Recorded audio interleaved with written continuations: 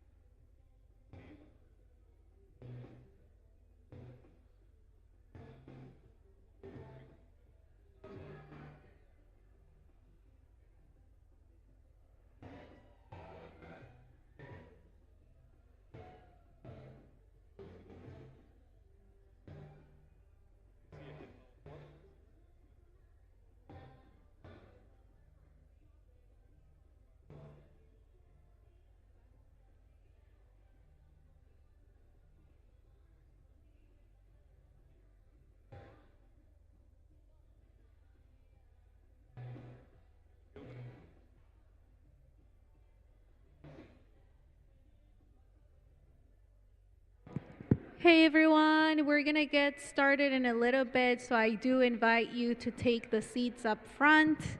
Don't be shy. We have lots of important things to talk about, so just come on. As you're walking in, take the seats up front. Don't be shy.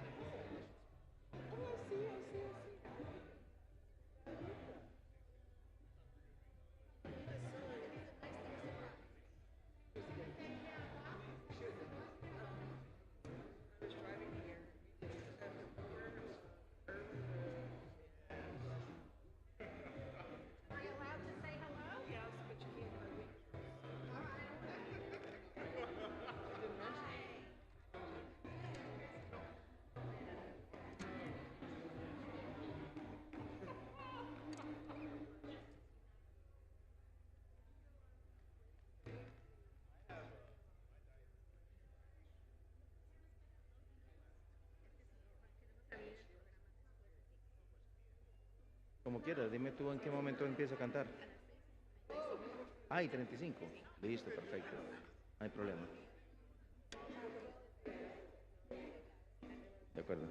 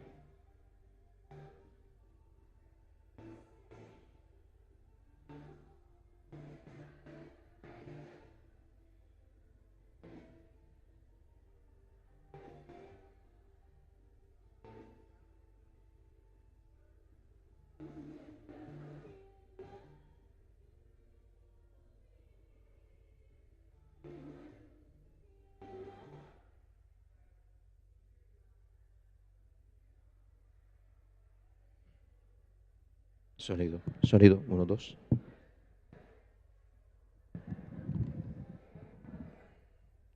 Uno, dos.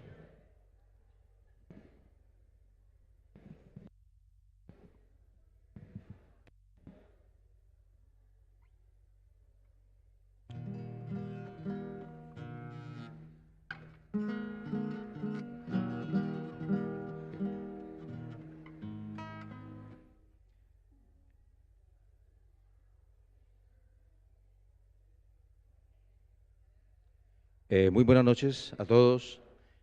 Mi nombre es Juan Carlos Echeverry. Es un placer para mí poder colaborar con un granito de arena ante esta reunión con algo que me complace y es tocar la guitarra. Espero que lo disfruten.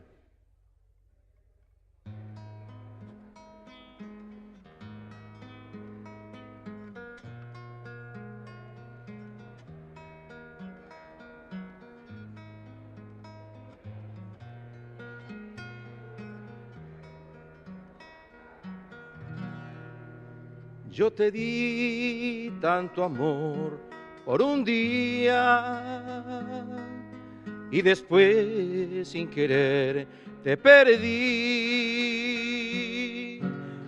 No pensé que tu amor dolería, que también lloraría por ti. Mas todo pasa, todo pasará y nada queda, nada quedará. Solo se encuentra la felicidad cuando se brinda el corazón.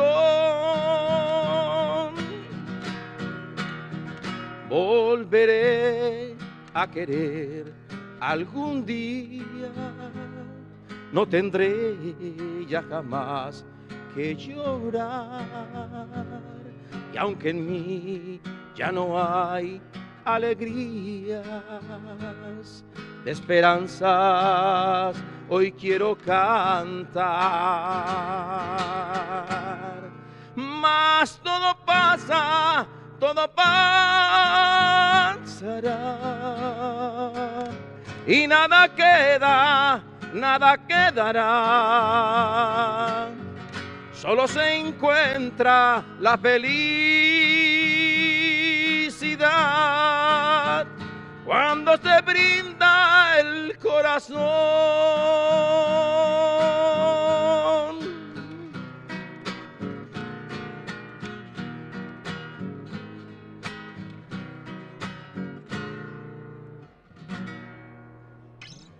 Gracias. Y tal vez, de pronto esta canción sí la han escuchado en varios idiomas, aunque se cante en español siempre. Qué bonitos ojos tienes debajo de esas dos cejas, debajo de esas dos cejas. Qué bonitos ojos tienes. Ellos me quieren mirar, pero si tú no los dejas, pero si tú no los dejas, ni siquiera parpadear. Ay, malagueña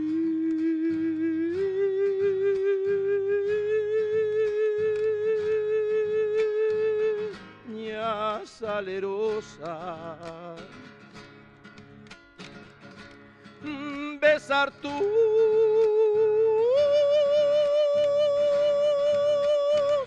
labios quisiera, besar tus labios quisiera, malagueña salerosa,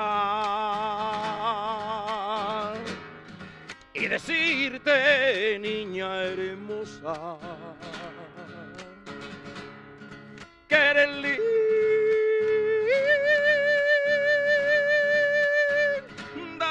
y hechicera, que eres linda y hechicera como el candor de una rosa.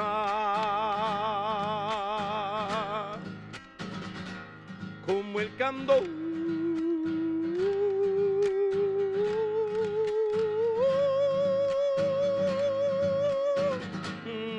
de una rosa. Si por pobre me desprecias, yo te concedo razón, yo te concedo razón. Si por pobre me desprecias, yo no te ofrezco riqueza, te ofrezco mi corazón, te ofrezco mi corazón a cambio de mi pobreza. Ay, malagueña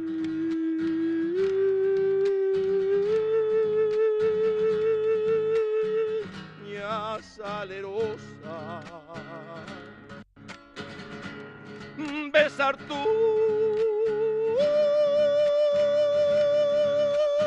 labios quisiera, besar tus labios quisiera, malagueña salerosa, y decirte, niña hermosa, que eres linda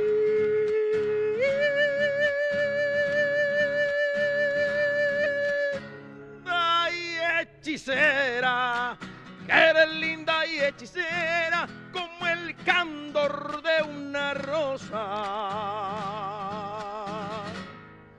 como el candor de una rosa.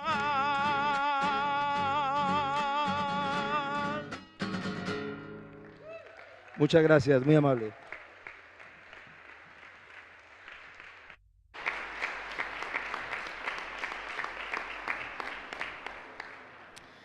Good evening, everyone. We're about to begin the program tonight. Thank you so much for coming out. Thank you so much to our candidates for being here this evening. This event will be primarily conducted in English. If you need Spanish interpretation and you haven't yet picked up a listening device, please talk to Murtado and his team at the rear of the sanctuary. They will outfit you with what you need. Welcome to the 2025 Stand for Chapel Hill Town Hall, hosted by Siembra, Orange County Justice United, and Make NC Work. I'm Cameron Barr. I'm the pastor of United Church of Chapel Hill, and it's my pleasure to welcome you on behalf of our congregation. The mission of our church is to create a place of worship and spiritual growth for all of God's children. We particularly stand in solidarity with the many Spanish-speaking members of our church and the many migrant people who worship here and who are our neighbors. It's important for all of us to work together to make a common, united witness for the safety and security of our neighbors who are vulnerable in these days. Today's town hall brings working people together to hear from our local leadership about their vision for pushing back against federal attacks on our communities. In just 3 weeks, voters will choose a new town council from the candidates on this stage. And across the country, we're seeing local leaders rise to the challenge, including cities here in North Carolina. They are currently standing up to federal agents who are deployed in uniform, and they're defending their communities. We're here tonight to call on our current and future elected officials to take meaningful action to protect our town and its residents.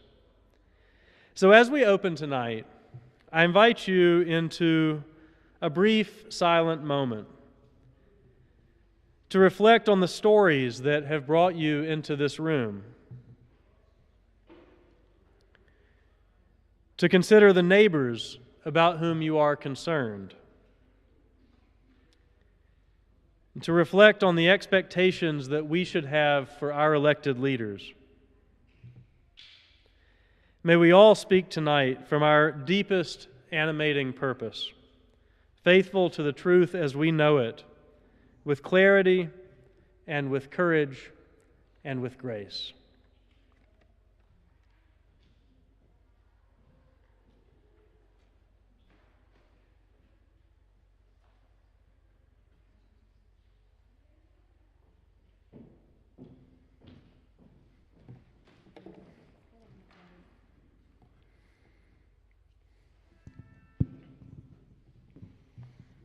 Bien, muy buenas tardes a todos y a todas.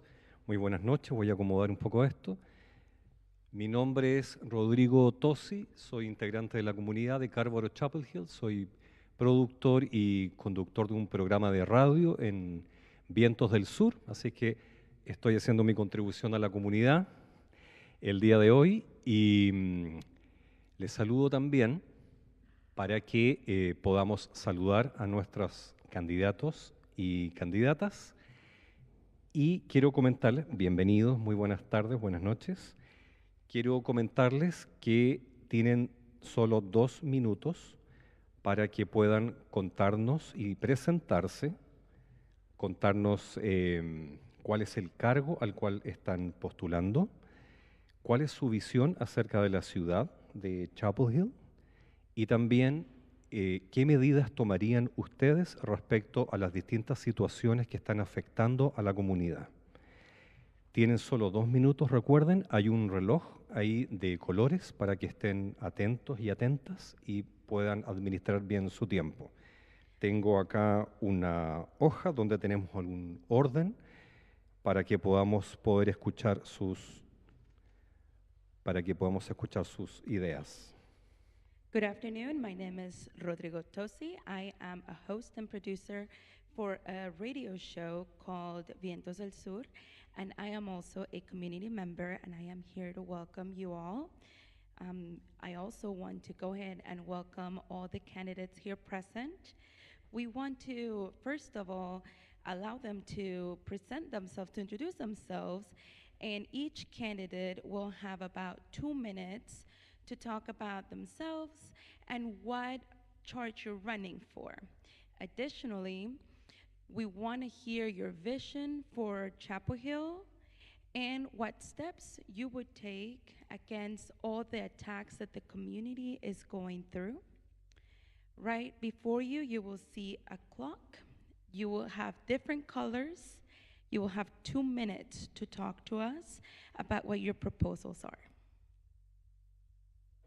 Ok, muchas gracias Celia por la interpretación y vamos a comenzar con Erik Valera. Erik, Very tenés much, and thank 1 you minuto. for the interpretation, and we will start with Erik Valera.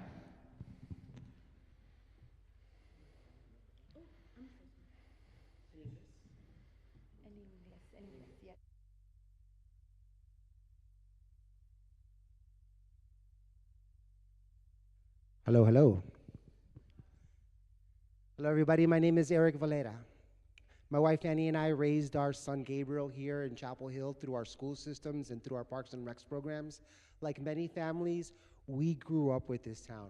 I moved here 18 years ago to work at the UNC School of Medicine before transitioning to the nonprofit sector. But even then, it was clear that our systems were not prepared for the growth in our population and the breadth of the diversity that we're experiencing today. We didn't have the policies, the leadership, and especially the humility to respond. I was raised in a diverse immigrant community. I'm the son of a Mexican immigrant and a Cuban exile. I was taught to believe that the American dream is possible, but it's not promised. It takes hard work, determination, and protecting our rights to free speech and civil liberties. Today, that dream feels increasingly out of reach, even in Chapel Hill. And that's why I'm running for Chapel Hill Town Council. We're in an affordable housing crisis. And while it's a national challenge, if we want to keep Chapel Hill's economy strong, we must act locally and decisively. We must restore trust. Too many residents feel pushed out and don't have a voice in the system. At a time when anti-immigrant laws are being pushed by the General Assembly and the federal government, Chapel Hill must remain a place where every family feels safe and valued. Local government has a responsibility to protect the people that serve our food, build our infrastructure, and care for our children. Together, we can keep Chapel Hill strong, safe, resilient, and welcoming for all of us. Thank you.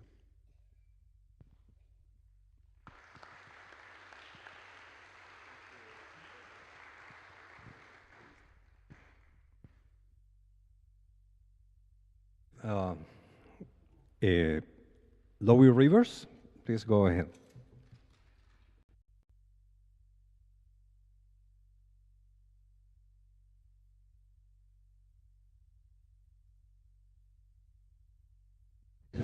Okay. Hi, my name's Louie. Thank you for letting me be here tonight. And I want to talk a little bit differently. I want to talk about my vision for Chapel Hill. I've always been a big person, like just physically big. And while I was younger, I figured out that it was easier for me to move through spaces by being a little quieter, by making myself a little bit smaller, and taking up a little bit less space. And then I had children, and they're both boys, and they're both going to be big black boys, big black men like me.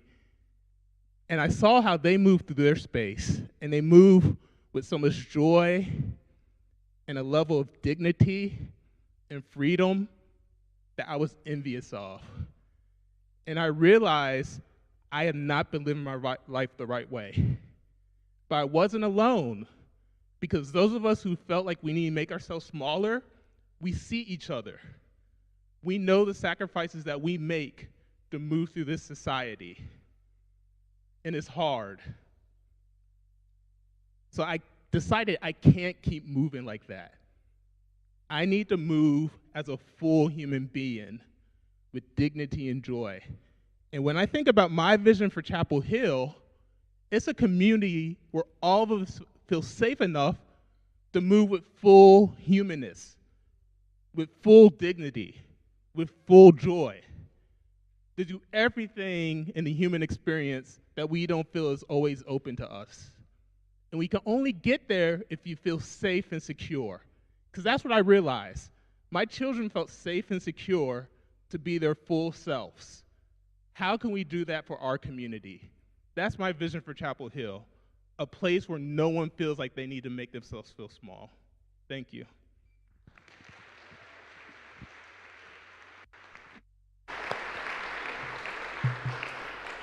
Thank you, Louis.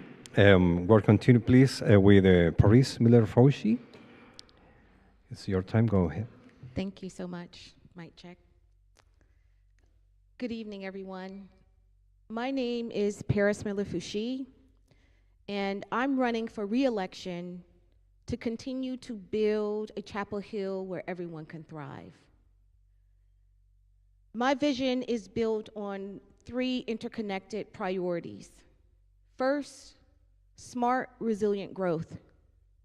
This moment demands specific growth. And by enacting a new land use management ordinance, we will mandate housing justice and affordability, incentivize diverse housing types, and ensure all new development is transit-oriented, climate and resilient, because this is how we are able to really build a complete community that is accessible to parks and our greenways. Second, affordability. My public service is rooted in my community service. It's rooted in meeting our basic needs. From my work working with our unhoused community members at the Interfaith Council for Social Service and housing justice with nonprofits like the Jackson Center and Empowerment Inc. On council, I've been able to take that work and turn it into action, making Chapel Hill the #1 per capita affordable housing production in the state of North Carolina.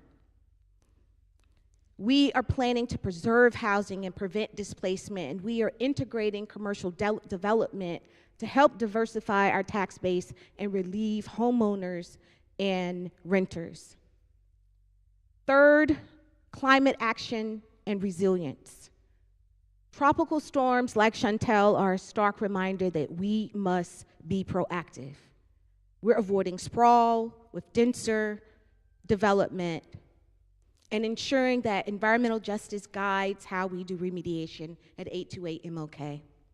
My time is up, and I'll finish by saying that my public service, again, is rooted in community service. My work on council requires tough conversations, teamwork to make our policy dreams a reality. And I ask for your vote and your support as we continue to build a Chapel Hill we believe in.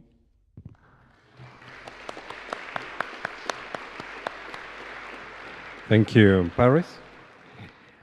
We'll continue with Wes McMahon. This is working. Hey, good evening, everybody. My name is Wes McMahon, and I'm running for Chapel Hill Town Council. My whole life has been working with refugees and refugee resettlement. This year, I was working at the State Department, and I got doged by these federal attacks, so I've been affected immediately. I've taught English as a second language for 10 years with Durham Tech. Thankfully, they needed a teacher so I could step in and raise a little bit of money while I lost my job. And I tell you what, my students right now are very afraid. And even today and yesterday, if one of the students does not show up, we call them to make sure that they are safe and that they made it home safely. These are real issues for me in the work that I do and the work that I've done in my life of service. Listen, I'm running for Chapel Hill because our future is not sustainable. We don't have a sustainable budget. The stuff we want to do as a town with our services and our values, we need more revenue. And we need a town staff that are going to work together to make sure that we have a budget that doesn't rely on the taxes going up for long-term homeowners, our new residents, and renters. Look, we're not sustainable for climate change. We got to figure out how to implement a stormwater plan. Talk about the future of stormwater and the fact that people who didn't live in a floodplain now live in a floodplain. What are we going to do about that? I'm also running because our housing isn't sustainable. We got 1,300 kids we've lost in the school system because families can't afford to live here. We got 40,000 people commuting in and out of town each day because they work here, but guess what? They can't find a place to live here. So we've got to get our budget right so that we can fund our services. We got to get our housing right so that people can live here.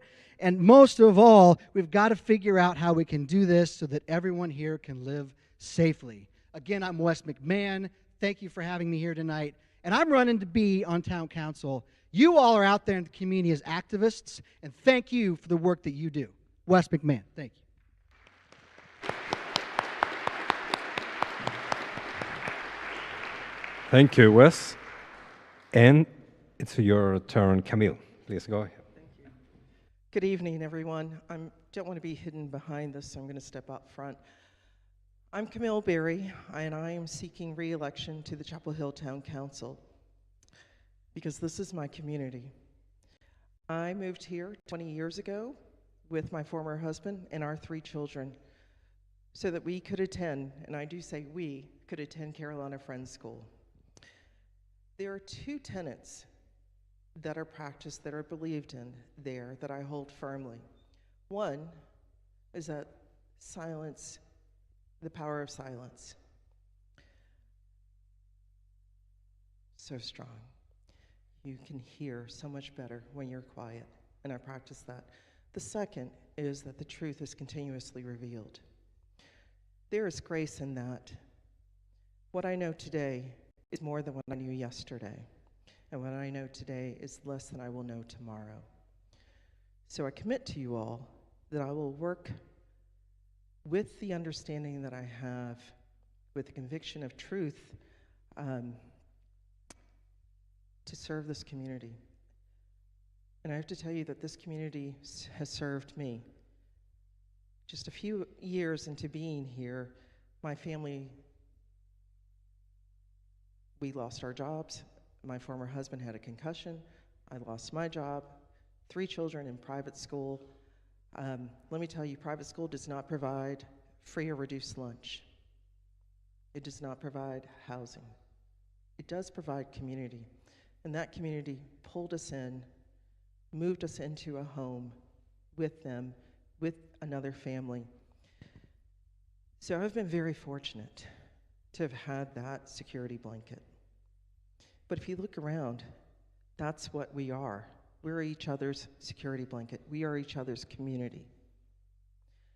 As a council member, I've had the benefit to, oh, so sorry. All right, let me just wrap it up here to say, I am so honored to serve, and I look forward to sharing more about how I wish to serve continually. Thank you.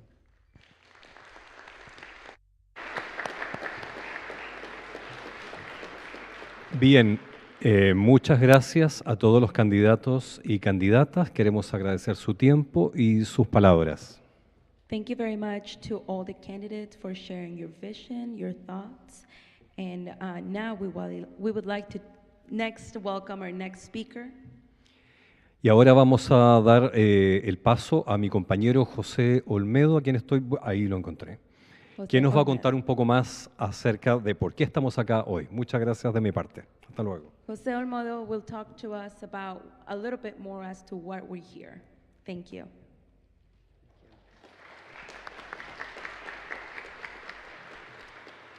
Good evening, everybody. My name is Jose Olmedo. I'm a member of the United Church of Chapel Hill and Orange County Justice United. First of all, I'd like to invite from the people that it's in the back. There's plenty of room in the front if you want to come here. Si la gente que quiere moverse de atrás para adelante, hay mucho lugar acá. Así estamos más cálidos. I am very proud that you made the decision to be here. The candidates, thank you for being here. People, thank you to the community to be here. It's very important that we're here tonight, and that's because together we can build a community with a purpose. We need to understand why we are here. And in North Carolina, the effects of federal policy aren't just playing on the news. They are hitting homes, small business, schools, clinics, kitchens across the state. I'm going to share with you some numbers, and others are in the handout that you probably have. And it starts with the most visible and dramatic policy, mass deportations. The current administration plans to remove 4 million immigrants, and it will cost North Carolina alone 188,000 jobs, which 88,000 of those jobs that are lost will be U.S. citizens. Because of the important role of immigrants in our economy, like farmers, workers, restaurant staff, healthcare workers, small business owners, people essential to keeping our economy and communities running, that means that our food and housing costs will go up. Meanwhile, the loss of over $700 million in taxes paid by immigrants in North Carolina will threaten our economy even more. Then there's something harder to quantify, but deeply real. It's fear. The fear that creeps into classrooms where children of immigrants struggle to focus, and into homes where families brace for a knock on the door. ICE arrests in North Carolina have jumped 160%, including immigrants with legal status, as you will hear tonight, some testimonies, and even some U.S. citizens caught in the chaos. But immigration, while attention-grabbing, it's only part of the story. It's very important to understand how these attacks affect all of us. The recent federal tax bill gave the wealthiest American another tax break of $63,000 per year for the top 1% of the society, while workers making under $25,000 a year will get a minimal tax relief. And who's paying for those tax breaks? We are, through cuts in SNAP, Medicaid, and other programs that keep families afloat. Up to 1.2 million North Carolinians could lose food assistance just as prices rise. Then something deeply personal, healthcare. In North Carolina, as many as 700,000 people are at risk of losing their coverage due to these cuts. For those still trying to hold on to their plans, marketplace premiums are set to double. Our schools are suffering too. Over 97,000 students in North Carolina are facing cuts to financial aid, jeopardizing their futures. Cuts to Medicaid in schools will mean fewer counselors, nurses, and support staff in classrooms that already have too few resources. The 2026 federal budget proposes a $12 billion cut to education, targeting after-school programs, mental health services, services for students with disabilities, and even Head Start. These cuts shift the burden to local governments. Our cities and counties will be forced to either cut services or raise taxes, making life even harder for families who already are stretched thin. So, we're holding these town halls because we don't know enough about what this attack will mean for us here in our hometown, which small businesses are currently under a lot of strain, which employers are having trouble finding workers, which workers have been laid off. We have heard from local residents who haven't been able to get their disability claims processed due to layoffs at Social Security offices. What will these attacks mean for essential local services as you plan your next year budget? We need more local leadership. We need you in the face of these attacks. We think there's at least 4 things local leaders can do. First, we're asking the town of Chapel Hill to follow the lead of Scarborough at Greensboro and Durham in becoming a Fourth Amendment workplace town. This means training town employees to defend the constitutional rights of employees and patrons.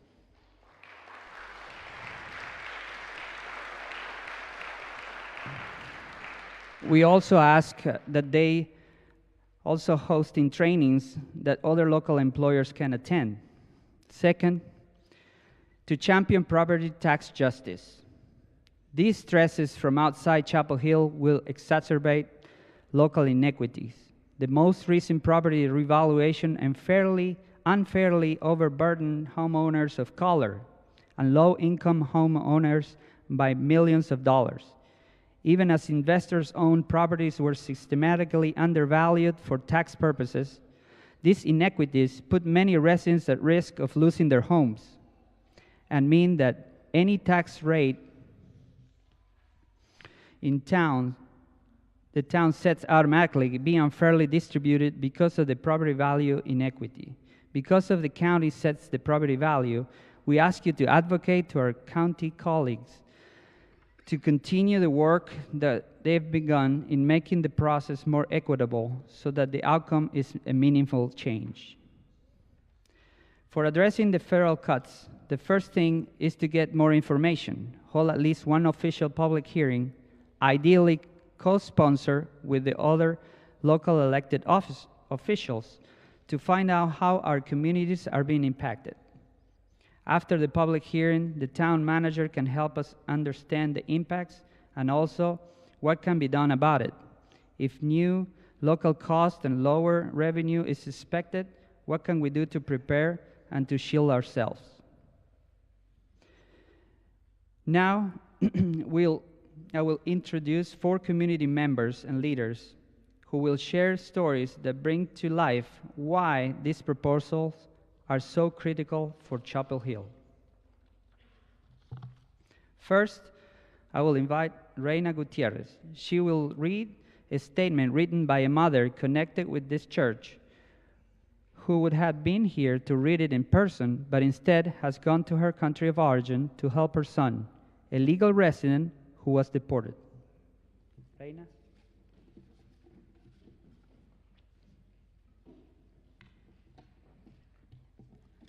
Hola, buenas noches. Mi nombre es Reina Gutiérrez. Espera un momento. Okay.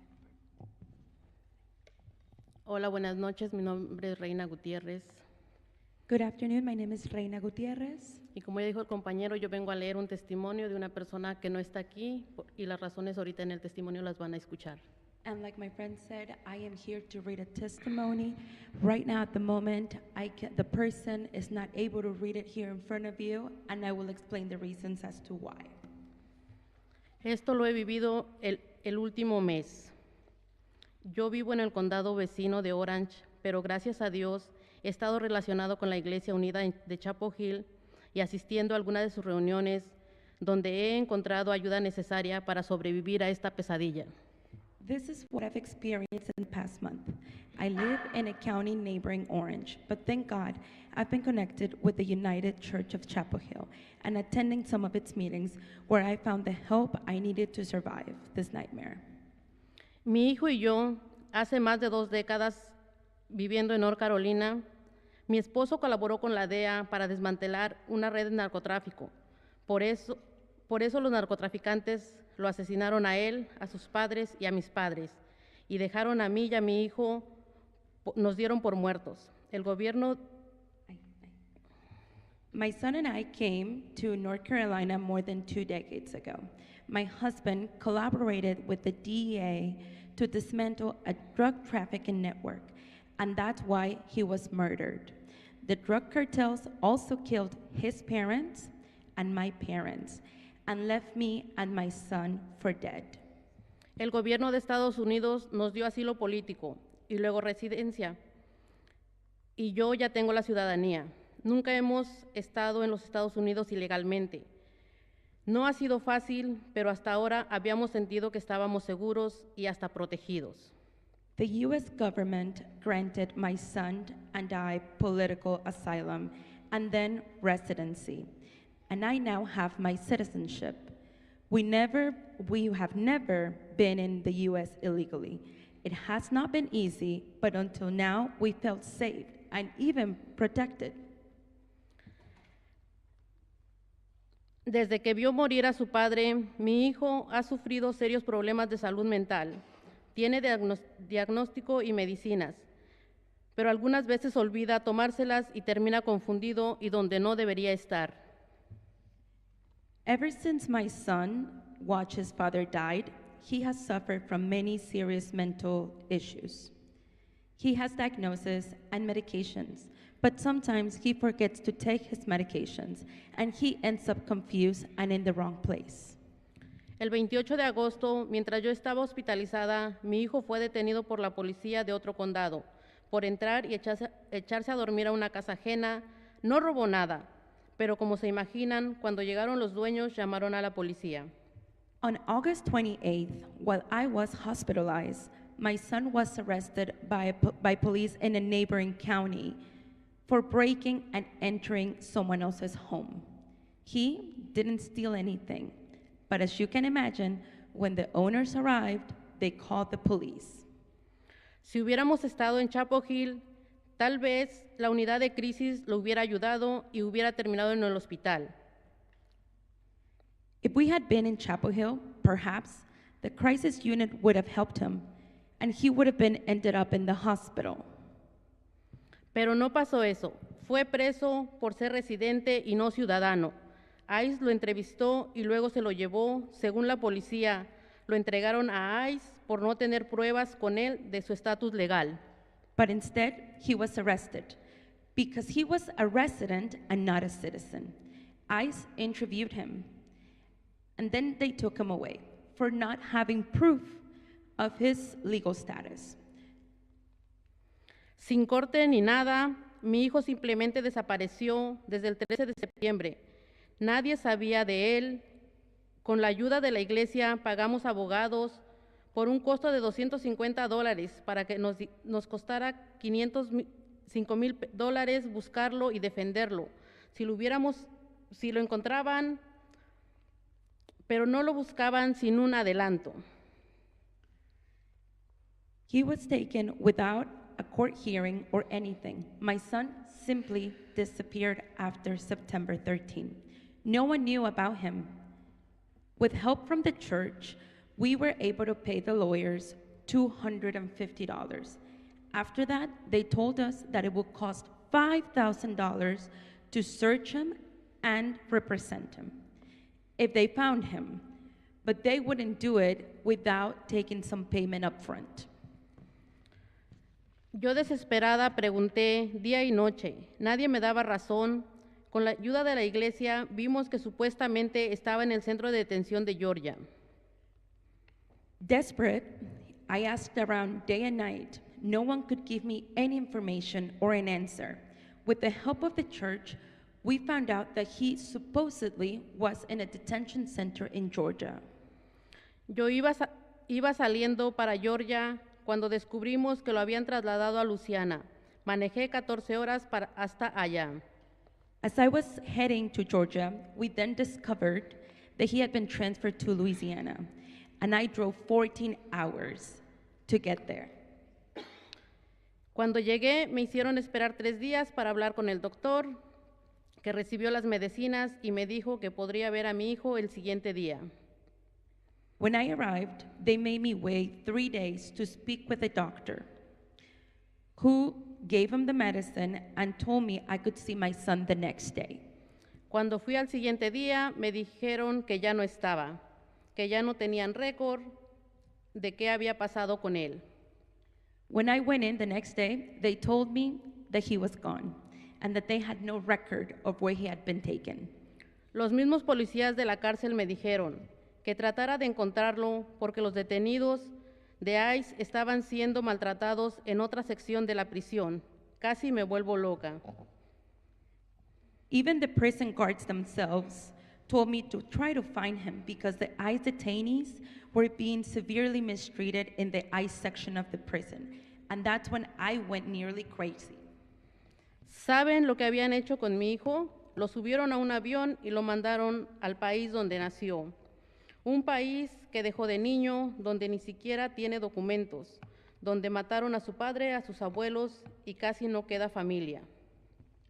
Do you know what they did to my son? They put him on a plane and they sent him to the country where he was born, a country he left as a child, where he doesn't have documents, where his father and his grandparents were killed. Estuvo inconsciente en cuidados intensivos casi una semana y recién cuando despertó pudo avisarme dónde estaba. He was unconscious and in the ICU for almost a week. And only when he was able to wake up, he was able to then tell me where he was located. Yo he tenido que dejar mi trabajo, supongo que mi jefe ya me reemplazó, para venir a sacarlo del hospital y tratar de encontrarle dónde vivir. I had to leave my job, and I suppose my boss already replaced me. And that was to come get him out of the hospital and find a place for him to live in. Un muchacho que habla más inglés que español, con problemas de salud mental, pero ya no quiere jamás volver a Estados Unidos. Me cuenta que vio morir 2 detenidos en la cárcel de ICE. We're talking about a young man who speaks more English than Spanish, with mental health issues, but never does he want to return back to the U.S. He tells me how he saw 2 detainees in ICE custody die. Sufrió hambre, abuso, humillación, nunca tuvo la oportunidad de exponer su caso y a eso exponen ustedes a sus familias inmigrantes si no las protegen de las injusticias de ICE. He suffered hunger, abuse, and he was humiliated. He never had the opportunity to go before a judge or present his case. This is what you will expose your immigrant families if you don't do anything to protect them from this injustice from ICE. Gracias. Thank you.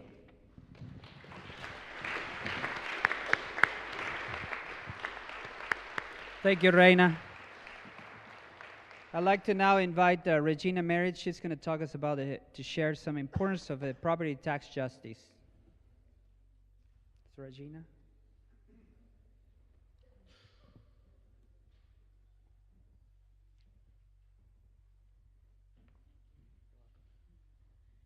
Good evening, everyone. My name is Regina Merritt. I am a Chapel Hill native. I've lived in Chapel Hill all of my life. My grandparents lived in Chapel Hill. My mother, my family, all of my family grew up here in Chapel Hill. I worked at UNC. I'm one of the ones that helped build this city, and I'm proud to have done that. But a lot of stuff that's going on now, I am not so proud of. I know change is inevitable, and sometimes change is good, but some of the stuff that's going on now is not so good. And one of the things that's going on are the injustices of the taxes. And I'm gonna give you a little example, and you all have a copy right in front of you. Most of my friends that I grew up with have either left Chapel Hill because of the high rent, unaffordable housing, and the taxes. The taxes was taken from my grandparents' home on Hillsborough Street was taken because of taxes, high cost of taxes. And so far, nothing has been done. For the last 8 years, I know the cost of taxes has risen, and when it first started, I never noticed it. I just paid my taxes like anybody else. But then, this year was a shocker. I think everybody who paid attention to their taxes noticed. They made mistakes 4 years ago that were never corrected. They're making mistakes now that have never been corrected. I have appealed, have not heard. Some people have appealed and have heard. So I think, it's my personal opinion, something needs to be done in the tax office as far as our taxes. I'm going to give you guys an example.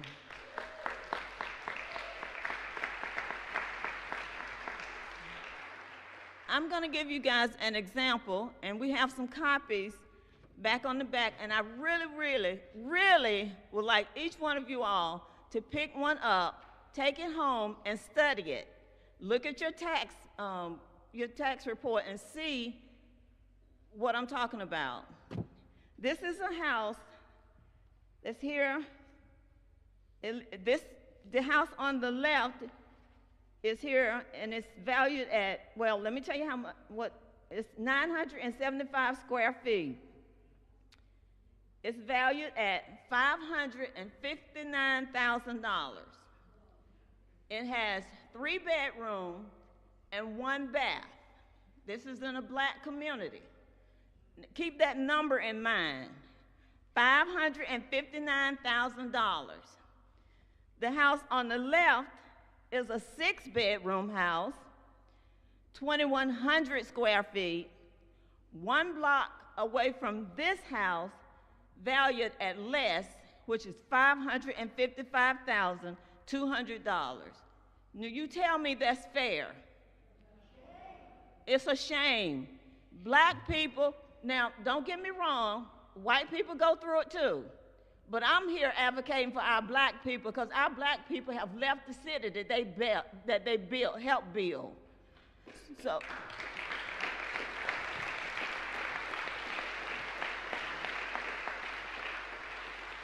what I'm upset about is the fact that the tax assessor stays in place, keep making the same mistakes, and nothing's been done. So we have a question for Chapel Hill Town Council.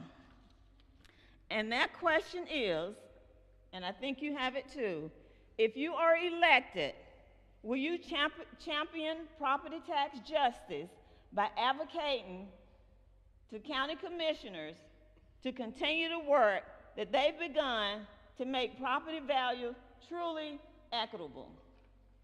Can anybody commit to that now?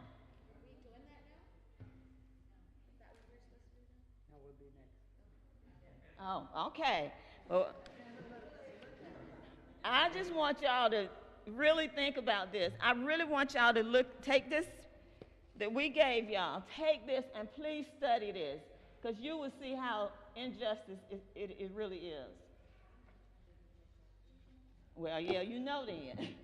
We need to keep some of our black people in Chapel Hill.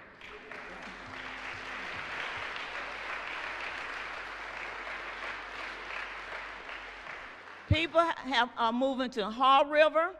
Most of them have moved to Durham. A lot of them are moving to Mebane, and it's not fair. I'm a native. When y'all consider all these changes y'all are making, please consider the natives, because we have a lot of people on the town council coming from other places where the income's higher. We still at $7.50 an hour, but please consider the natives, because we love our city and we want to stay here, but we don't have many of us here anymore, and we can't, it's just not fair. Thank you. Thank you, Regina. I will now like to introduce Erin Rini, Executive Director of Port Chapel Hill Carrboro, who will share about the devastating impacts of federal cuts.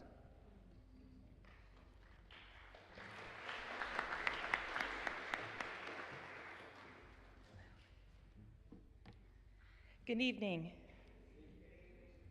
Hi, my name is Erin Riney, and I'm the Executive Director of Porch Chapel Hill Carrboro. Thank you for this opportunity to be speaking with all of you today. I want to highlight some specific federal cuts, how they've been affecting us locally, and what we can all do about it. First, among myriad executive orders and big bills, there are 3 specific federal changes that are negatively impacting our community. First, let's talk about SNAP. In addition to cutting $186 billion from SNAP, federal changes to SNAP eligibility and work requirements will end critical food supports for numerous local families very soon. Refugees and asylum seekers are no longer eligible for SNAP. Work requirements now extend to seniors and others and will be implemented beginning November 1st, according to the USDA memo this month. What's worse, October 10th, a letter went out instructing all states to pause November SNAP benefits. I want to encourage our candidates to talk and coordinate about SNAP with other governments and community leaders about how our community can be ready for what is clearly coming, again, very soon. In our congressional district, 10% of residents receive SNAP, which is the nation's first line of defense against hunger. It is an incredibly efficient program. For every meal that food banks and food pantries provide, SNAP provides 9. Food banks and food pantries cannot make up for the difference alone. So our question is, what will we do? Keep in mind that our state and also county will now be responsible for at least 15% cost sharing in order to offer SNAP. A local Orange County official recently estimated to me that their share will be close to $900,000. If Orange County must come up with even half of that, their outside agency budget and ability to support local food security organizations, which have already been overwhelmed by Chantal support and response, and just supporting daily existence, that budget will be decimated. Second, our local Feeding America agency, the Food Bank of Central and Eastern North Carolina, has seen millions in cuts. And Porch, along with IFC, Rogers Road Community Center, Hillside Church, and others, are seeing the effects. Every month, Porch Chapel Hill Carrboro is receiving 40% less for our community. That's the equivalent of 13 pallets, huge, tall, bigger than me pallets, of produce, meat, and non-perishables every month. That's a ton of food, literally tons of food, of quality vegetables, fruit, and protein that our most vulnerable are no longer receiving in our community.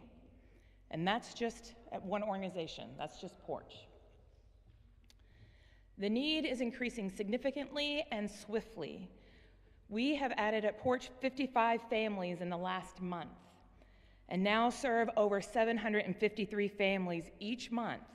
All of them have kids in the Chapel Hill Carrboro City Schools, and they have all been referred by their school social workers due to high need. With the federal cuts to the food bank, Porch Chapel Hill Carrboro needs to find an additional $100,000 at minimum for our 2026 budget just to continue at current operational levels. That's not counting what we're going to have to be able to address for the SNAP cuts and what we're anticipating from that. And again, we're just one organization. Finally, if you're trying to envision how federal changes are destabilizing our families and community, think beyond the kitchen table. SNAP status automatically qualifies families for free lunch. Now that refugees and asylum seekers are ineligible for SNAP, thanks to the big bill, many families will no longer be receiving free and reduced lunch without submitting forms. In our current climate, I've already heard from several school social workers who say they're seeing fewer applications this year because families don't want to share their information with a federal program. Free and reduced lunch status is used in so many ways as a proxy for low income, even beyond our schools. But it's one of the main indicators used to determine Title I eligibility for schools. I've just barely scratched the surface. We haven't even gotten into SNAP cuts' effects on our local economy. For every dollar of SNAP benefits, it generates $1.50 for the local economy. The federal cuts affect more than SNAP recipients and food pantries. Those dollars flow through our community to North Carolina farmers, area grocers, local businesses, local governments, and more. The effects will be far-reaching, and we will feel them in our local economy and overall stability of our local community. Also, Chantal taught us so many lessons, and we need to be poised for a greater response to the next, one without the hope of FEMA support. There are so many other effects to federal cuts to explore. But many of us are interested in having these conversations and having them now. Please, I encourage you all to tap into your eager and willing partners to explore how best to position government, nonprofits, the private sector, community organizations, and individuals to prepare and respond to the wave of crisis that is coming our way due to federal funding cuts. Thank you for your time. Thank you, Erin, for insight. Now from the Town Council of Carrboro, I'd like to introduce Cristobal Palmer. Buenas tardes. Good evening. I just want to emphasize that I'm speaking on my own behalf, and I'm going to read a statement from Eleazar Posada. Está bien. But I do not speak for the whole of Town Council.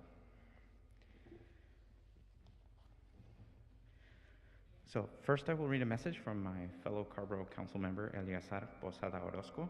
Then I will share my own thoughts about why Chapel Hill should follow Carrboro's lead and become a Fourth Amendment workplace. From Eleazar. As local leaders, we understand that everything we do has a real impact on our community, much more as we face attacks from the federal and state governments on our community. Making sure our community knows that we have their back is incredibly important. So passing policies and resolutions like the Fourth Amendment workplace is the least we local elected officials must do. Carrboro is a place that centers racial equity and social justice. All of us on the Town Council know that we must show leadership and provide the community tools to ensure their safety. With a long history of supporting immigrant communities, from supporting local nonprofits, providing funding for DACA recipients to afford their renewals, helping create a Center for Immigrant Worker Rights, resolutions and policies every year in support of our immigrant community, and most importantly, fully ensuring that no one in our town government cooperates with ICE, Carrboro has and will continue to be a home for our immigrant community. Speaking for myself, I believe it is our job as elected leaders and public officials, beyond doing the work of Town Council at our public meetings, to connect with our neighbors and help our neighbors connect with each other to defend our values from the abuse of fascists who have no respect for law or justice. Carrboro and Chapel Hill are our home. This is our community. Our trans neighbors are our community. Our immigrant neighbors are our community. Our Black neighbors are our community. We will only thrive together if we get through and beyond the federal abuse happening now, and we can only do that by refusing to let them divide us. The work is defending our neighbors, all of our neighbors, without exception. If you come for any one of my neighbors, you come for me.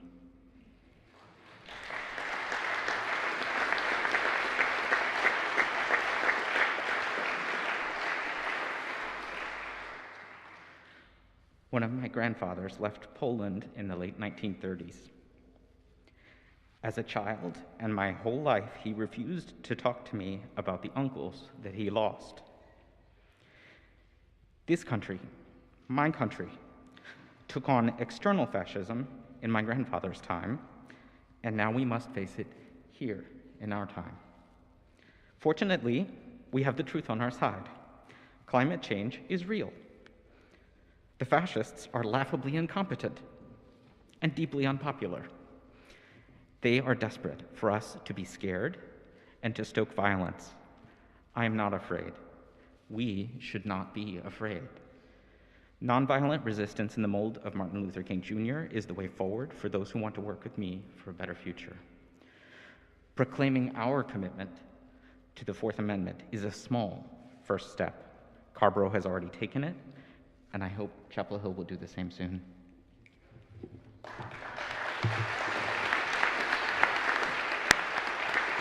Thank you, Cristobal. And now we're going to continue with the proposals for the candidates. So I'll invite Ashley. She's going to proceed. Thank you, Ashley. Hi, everyone. Thank you all so much for being here tonight. My name's Ashley. I'm a volunteer lead with Make NC Work in Orange County. And Make NC Work is an initiative of Siembra that was started earlier this year in response to all of the attacks that we've been seeing on our communities. Before we get into the proposals, I want to take a moment to highlight why these proposals are so important. It took a lot of courage for our speakers to stand up and talk about the things that our residents care about and the things that they've been experiencing. What we're discussing here isn't just ideas.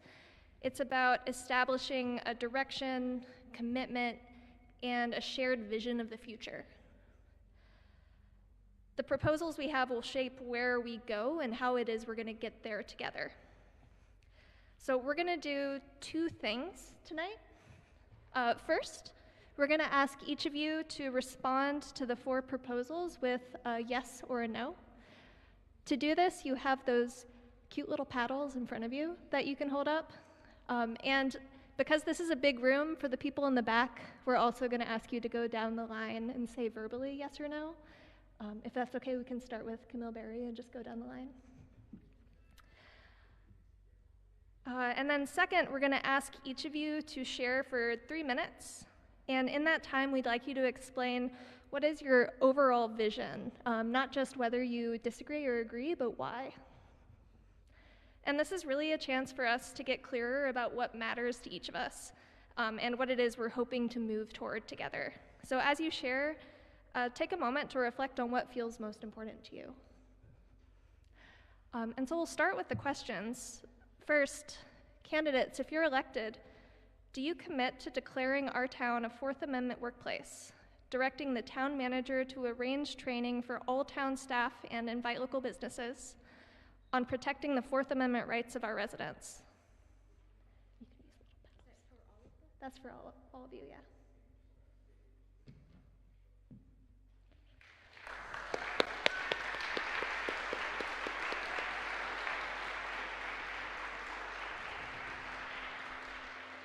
And for the back of the room, please go down the line from Camille Berry to the end, and verbally you can state your answer.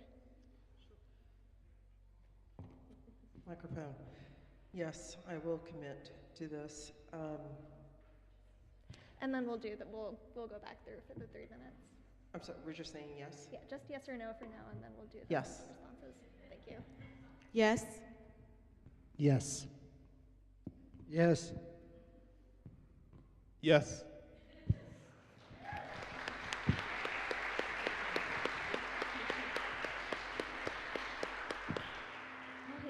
Thank you. Candidates, if you're elected, do you commit to championing property tax justice by advocating to the county commissioners to continue the work they've begun to make property valuations truly equitable rather than placing an unfair burden on homeowners of color and low-income homeowners?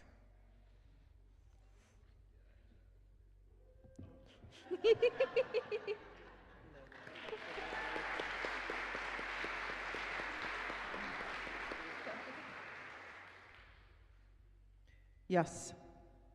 Yes. Yes. Yes. Yes.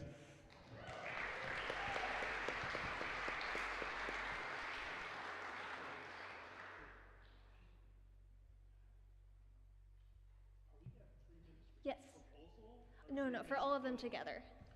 Yes. Oh, okay, yeah. So for now we're, yes. And then at the end, we'll go back through all of the candidates and you'll have 3 minutes to explain your positions on all of them. Yes, that's right. I'm sorry for the confusion. All right, thank you. For the fourth question, candidates, if you were elected, do you commit to asking the town manager to host at least one public hearing on federal attacks?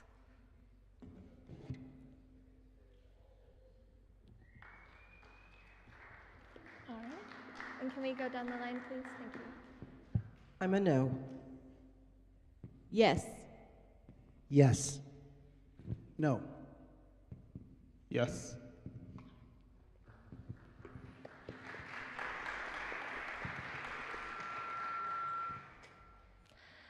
And finally, candidates, if you were elected, do you commit to asking the town manager to issue a report on the federal attacks and what can be done about it at the local, state, and federal levels? Thank you, candidates.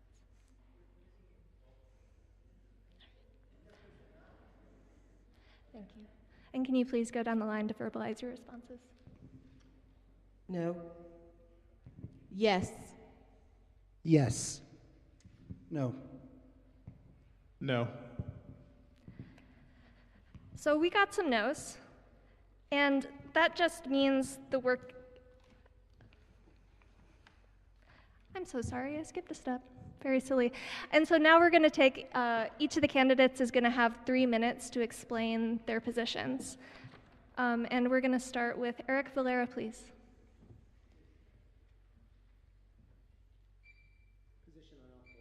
On all four, that's right. So I have advocated for Fourth Amendment workplaces. I think that that Chapel Hill needs to take a lead on this. Our neighboring communities have done this, and I would like to see us go further than that and make a plan for all of our residents and our businesses. In terms of the property tax and tax justice, I think it is that we're heading in the right direction in terms of looking at our valuation process. I think that the town of Chapel Hill needs to advocate for our residents on the county level in order to be able to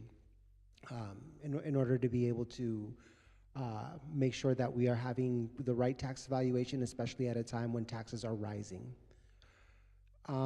In terms of committing to the city manager to host at least one public hearing on federal attacks, I don't think that it's a very big ask to ask the city manager to do such a thing. And I don't think that it's a very big ask to ask the city manager to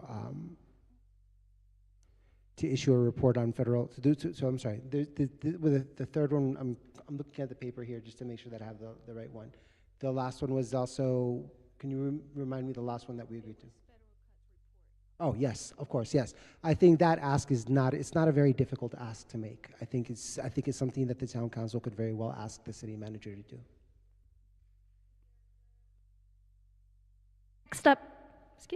Next up, we're going to ask Louie Rivers.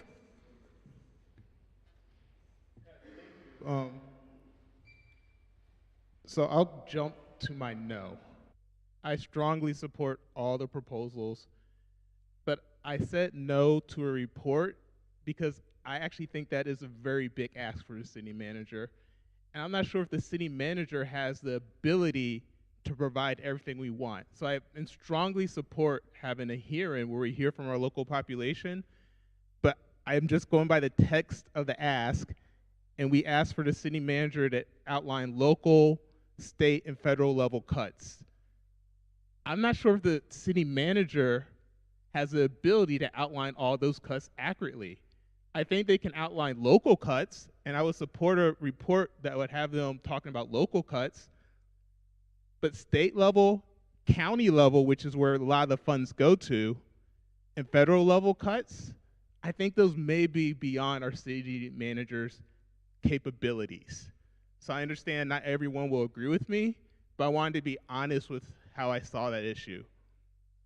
And then finally, Ideas matter a lot. Actions matter a lot. But ideas matter a lot because we see horrible things happening now, but horrible things have been happening in our country for the last 60 years. And for some communities, horrible things have been happening in this country since its founding. And these horrible things are allowed to happen because we've allowed bad actors to shape the ideas of how we move through this country. Those things matter.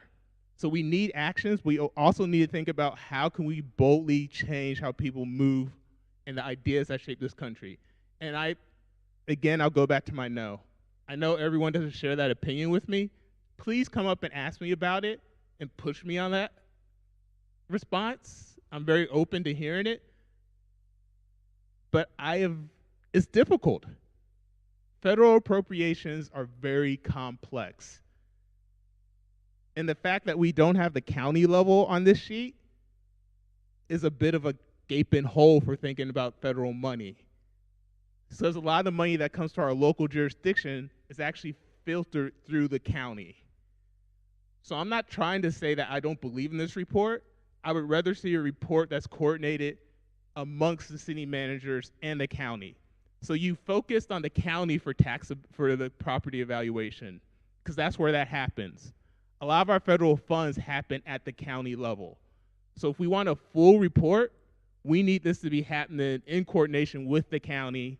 I'm not going to say the state, because the state of North Carolina is not going to coordinate with us. But I think we can get coordination between the county and our local community.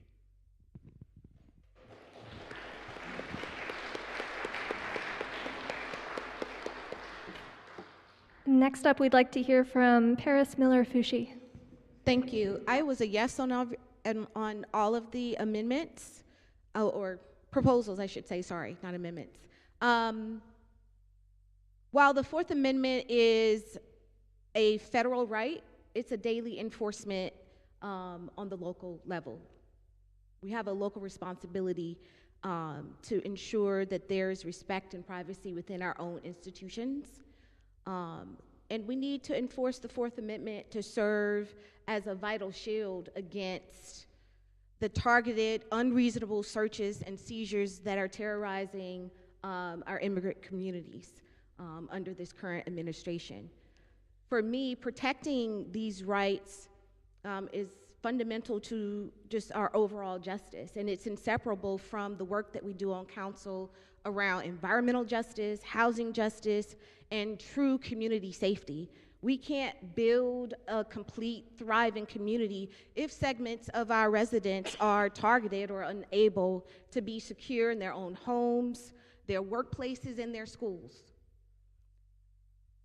I live in the North Side, historically African American community of North Side. I am a board member with the Miriam Tree Jackson Center, and I'm a board member of Empowerment Inc., and I've been on the front lines of housing justice, and I am dedicated to be a part of the movement for equitable tax valuations. Achieving true equitable property tax system is essential for affordability, preventing the displacement of longtime residents, renters, homeowners. And it's a logical extension of my work to diversify our tax base. An unfair tax burden undermines our affordability goals, and I will continue to partner with the county to ensure that we're moving in the right direction.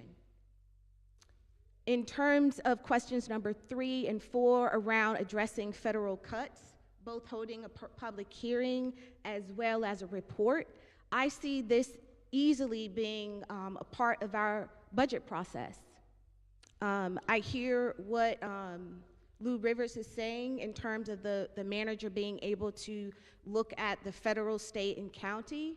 I believe that our budget process can absolutely focus on the impacts that federal cuts will have on us on a local level. So when I was reading questions 3 and 4, I was really reading it and understanding it in that light. And so looking at public hearings on federal threats are to me, a key part of our policymaking, allowing us to collectively assess as a town what funding we could potentially be losing for our greenway projects or affordable housing.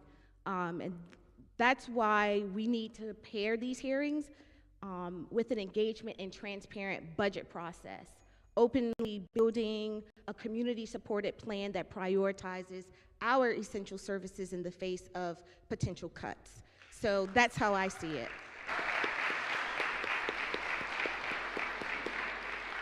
Thank you. Next up, we're going to hear from Wes McMahon. My commitment to keeping our neighbors safe is steadfast and strong. My entire life, I've worked with immigrants. I remember in 2002 when the administration was signing up Muslim neighbors, making them on a list, and we were working with churches to get people to safety because our Muslim neighbors were threatened. I've sat in many homes like Ms. Gutierrez's house where I've heard these stories and felt these things for families. And like I told you, I deal with this every day in my English classroom. Listen, I said no on the federal cuts, part of the managers, because I don't want the city manager involved in politics. I said we have an unsustainable budget. We're going to have to work on how we deal with stormwater. We're going to have to work on how we're going to get fire trucks paid for. We're going to have to work on how we keep our public housing in good tip-top shape. I want the manager to focus on filling the gaps that Aaron was talking about. I am willing to do the political work. I'm willing to have public hearings. I'm willing to attend your public hearings. And I'm willing to work with our state and federal government to advocate for our community because I'm running for elected office. And that is the job. I want our city manager focused on providing good services and that when these kids show up to Parks and Rec facilities without food, that they have resources they can get.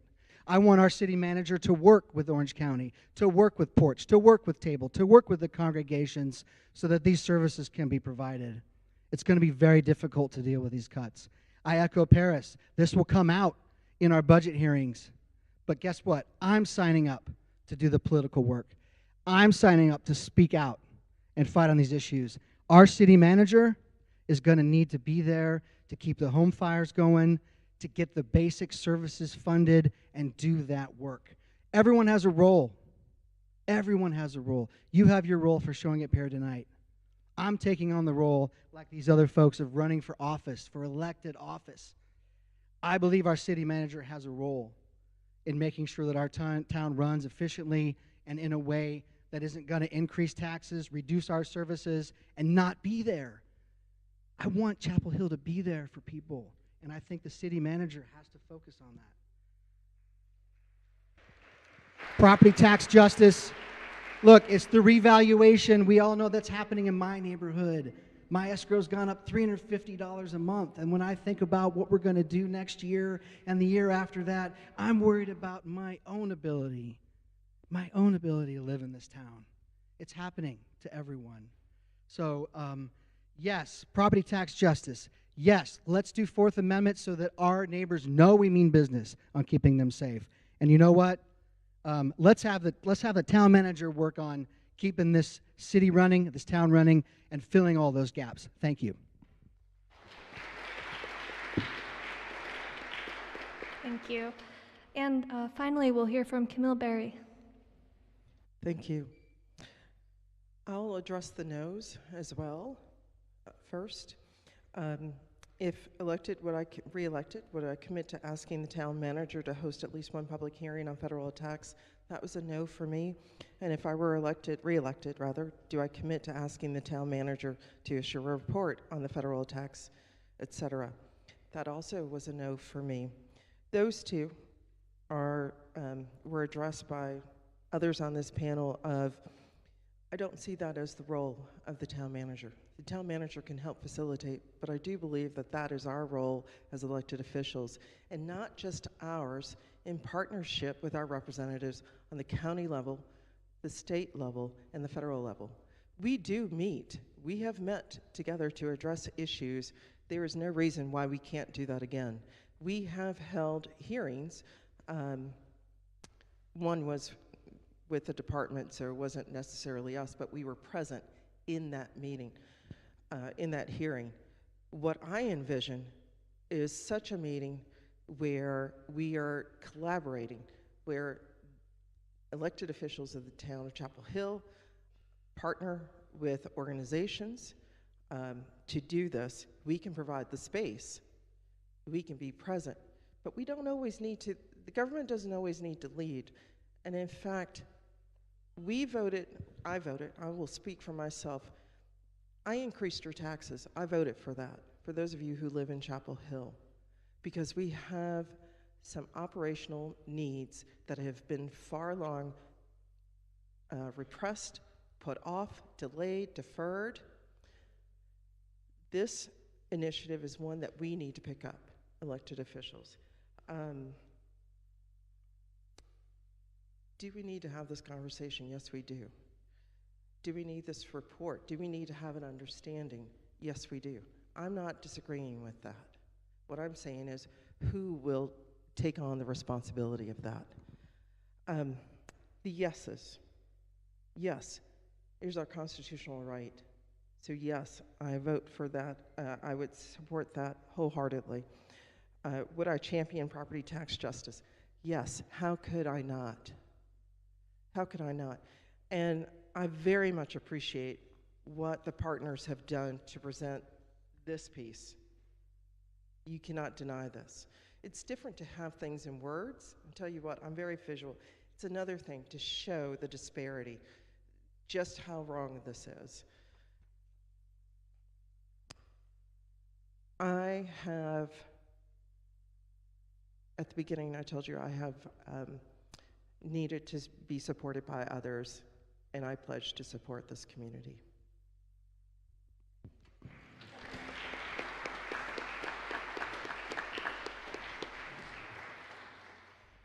So in summary, we got a lot of yeses from our town council candidates, and that is really exciting news, and I want to recognize them for that. I hope that we can stand up and express how we feel.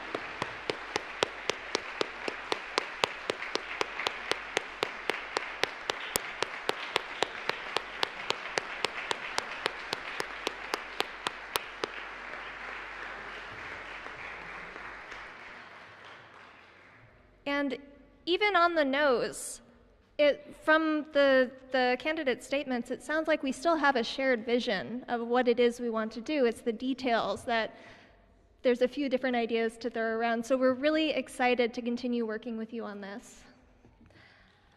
And next up, I would like to introduce Maria Palmer, who's going to take us through our next steps. Muchas gracias a todos. Thank you very much.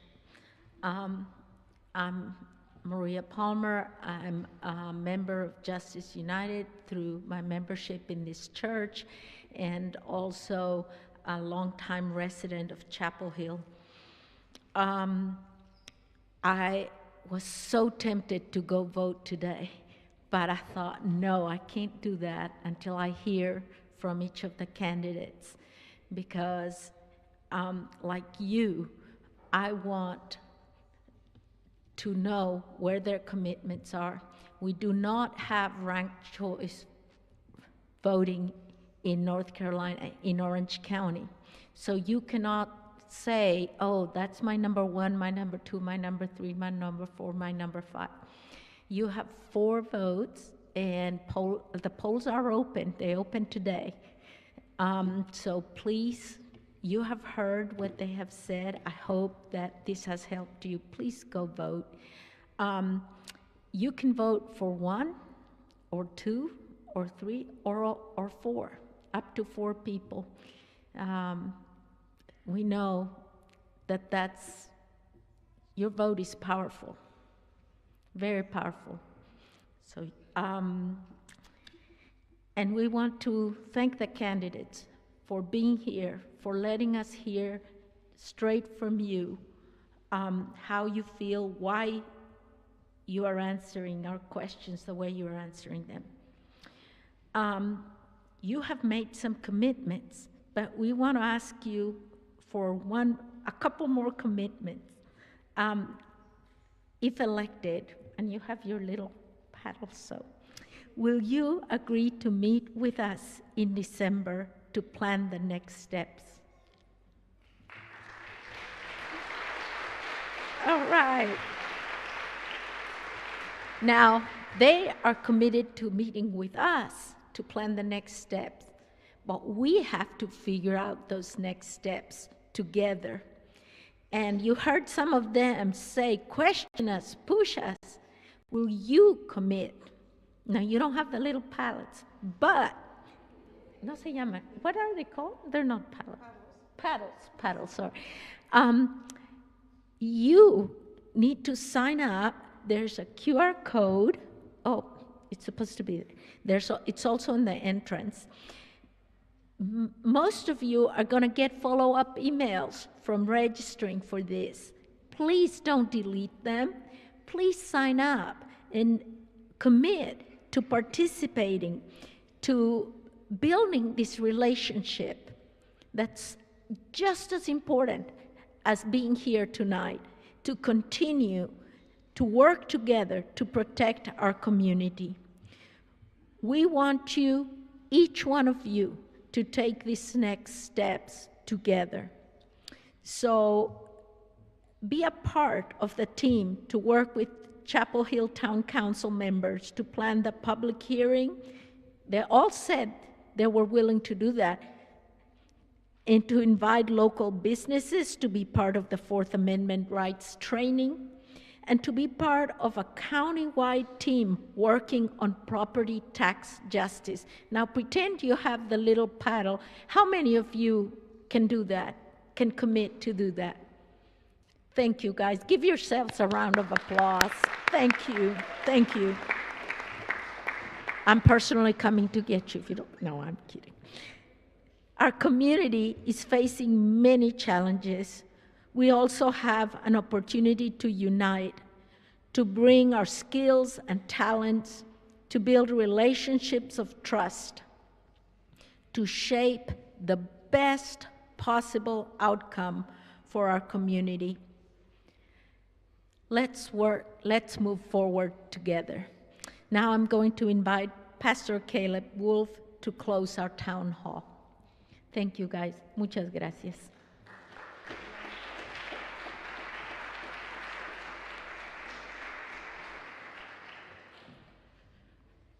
Just kidding, it's me again. Thank you again to our candidates for being here today. And we'd like to invite each of you to take 1 minute to make a closing statement. And we'll go in the same order as before, starting with Erik Valera.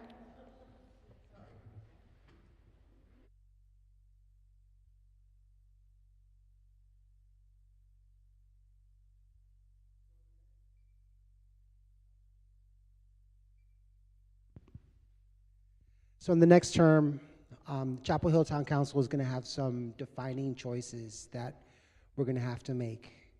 We're going to have to decide how we use our land. We're going to have to learn how we decide to protect our people, how we protect our economy. We all have a responsibility in this. I want to thank all of you for showing up, because our democracy only works when you show up. It only works when you come to us and you tell us what it is that you need. And if you need our government to do something, please come to us and let us know what that is. And when you come to us in numbers, that has force. I also need you to pay attention to what is going on. There are meetings that are happening throughout the month, and those meetings are impacting you. We need to find a better way to be able to communicate those to you, and for you to be able to pay attention and let us know where we are at.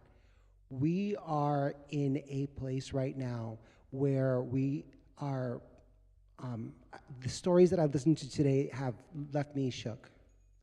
And I want to make sure that we continue to listen to you and that you continue to show up for us.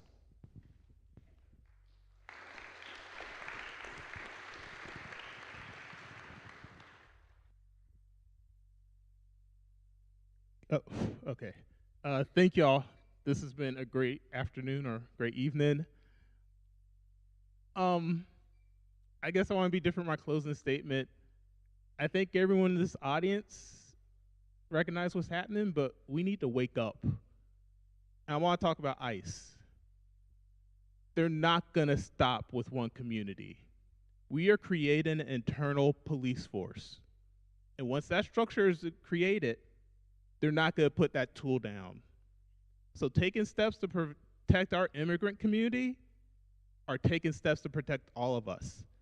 A Fourth Amendment workplace will not just be for our immigrant neighbors, brothers, and sisters. It will be for all of us, because we already see who's being arrested in Chicago. Lord forbid you have a tan. Are you Spanish anywhere? So we need to wake up, because this is not a 2 or 3 year fight. This is a generational fight. And I recognize that we're not going to get where we need to be by the time I pass away. But I want to set my kids up to be part of this fight and to be able to do the right thing. Thank y'all.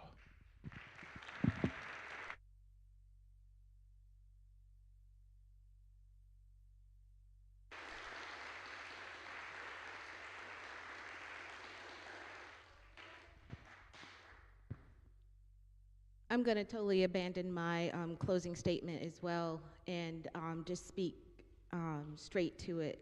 And I'm not going to mince my words. We are under siege right now. We are at war. Psychological wars taking place.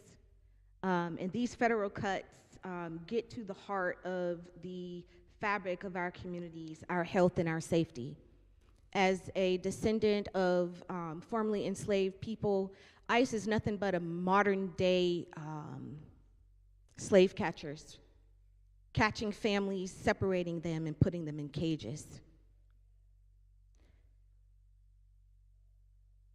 As a Muslim woman living in this country, as a citizen, I've seen women who look like me just snatched up off the street by masked men and taken away.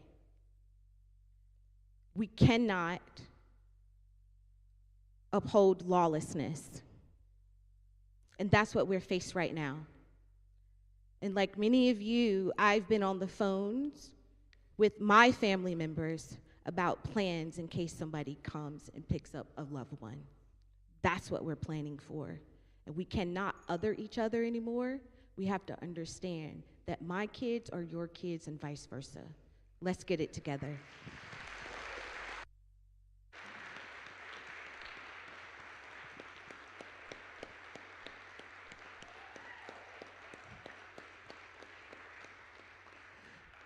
In closing, I want to share with you that another thing I have done here in North Carolina is I was on the board of North Carolinians Against Gun Violence for 6 years. I helped start the Action Fund and spent on that board for 3 years. Look, I know what it's like to fight against the people down in Raleigh and to fight against the federal government on a thing that they just won't budge on. It's really difficult to do this work, to make those leaders change. But one thing we can do here in Chapel Hill is focus on the strengths that we have. Going back to Senora Gutierrez's statement, she said, if I was in Chapel Hill, maybe my son would be okay. If I was in Chapel Hill. We are in Chapel Hill. And we have a crisis unit.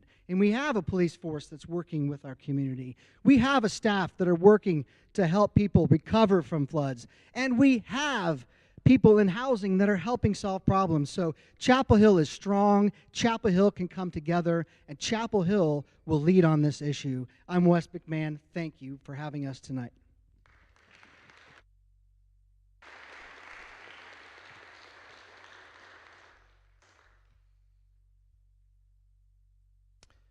We do have each other.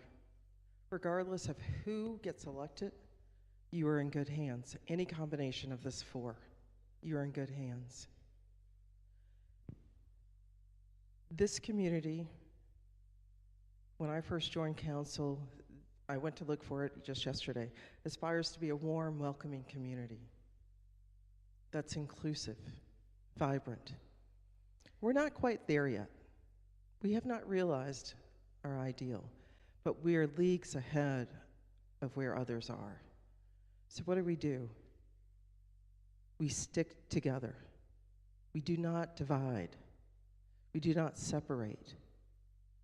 We challenge. So I challenge this evening, and I invite you to challenge me right back in care and in love for this community. It is our community. I too I'm a descendant of those who have been enslaved.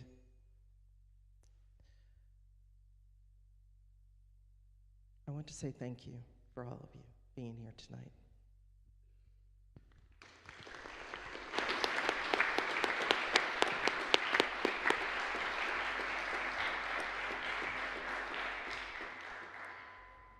And I'll now invite Pastor Caleb Wolf to close our town hall.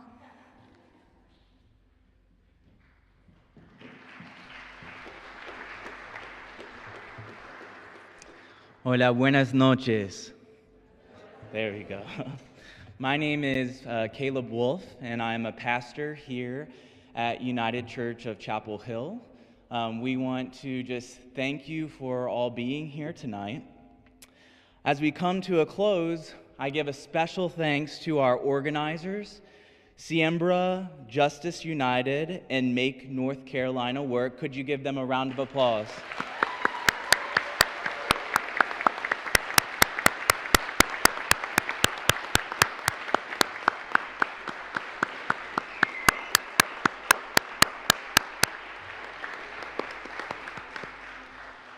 I want us to give an applause as well for our interpreters, which make language justice possible in this space.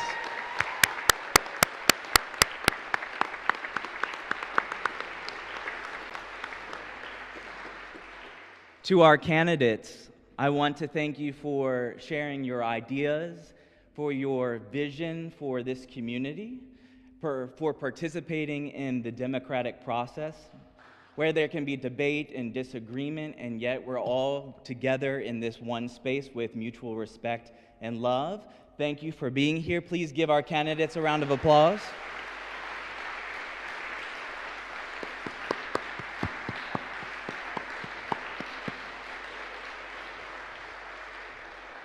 And most importantly, I give thanks to you all. Turn to your neighbor and thank them for being here.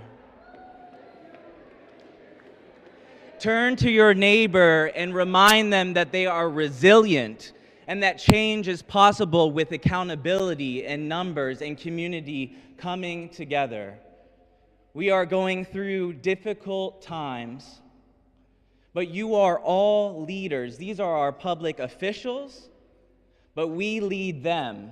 We must remember that. You lead in your classroom as a teacher. You lead in your household as a parent. You lead as a farm worker feeding this community. Keep showing up as you are, and keep showing up to places where difference comes together to make a better world possible. Thank you so much for your time. Thank you so much for your presence. Thank you so much for your leadership. One more round of applause.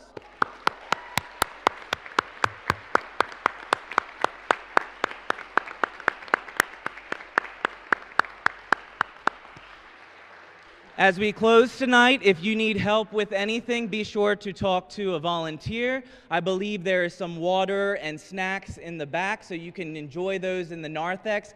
Thank you, and God bless you all.